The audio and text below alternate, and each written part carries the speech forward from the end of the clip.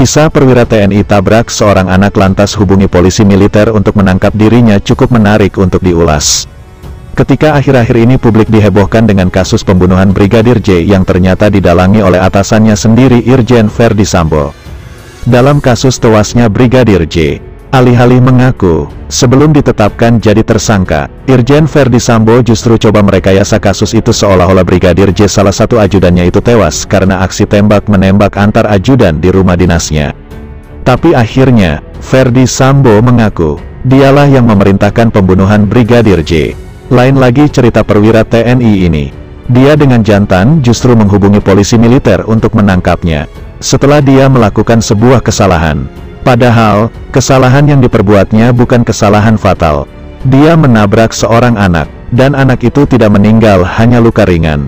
Dia juga bertanggung jawab, membawa anak itu untuk dirawat.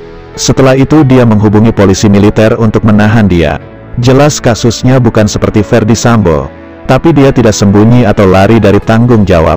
Apalagi sampai merekayasa kejadian. Siapa perwira TNI yang menabrak seorang anak lantas menghubungi polisi militer untuk menangkapnya itu? Dia adalah Mayor Boyke Nainggolan.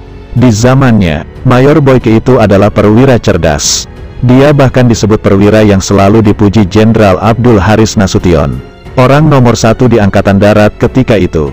Lalu seperti apa ceritanya ketika Mayor Boyke Nainggolan menabrak seorang anak lalu ia menghubungi sendiri polisi militer untuk menahannya? Dikutip dari artikel berjudul, Boyke Nainggolan, Tragedi Opsir Terbaik, yang ditulis Martin Sitompul yang dimuat di Historia.id pada suatu hari dalam tahun 1950. Boyke sedang mengendarai mobil yang dikemudikannya sendiri. Di sebuah ruas jalan, mobil yang dikemudikannya itu menabrak seorang anak yang tengah bersepeda. Peristiwa itu terjadi di tengah kota Medan.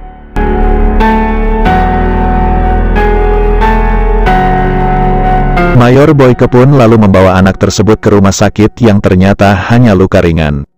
Usai membawa anak itu ke rumah sakit, Mayor Boyke lantas mengontak kantor CPT atau Korps Polisi Tentara setempat dan meminta para petugas CPT datang untuk menangkapnya.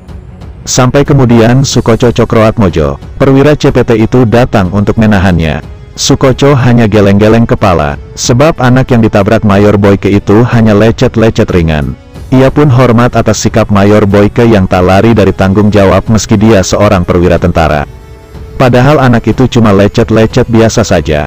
Kenang Sukoco Cokroatmojo, ex-perwira CPT yang ditugaskan menangkap Boyke seperti dikutip dari Historia.id.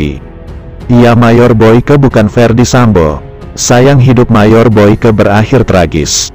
Dia dikeluarkan dari TNI setelah terlibat dalam peristiwa pemberontakan PRRI, Permesta.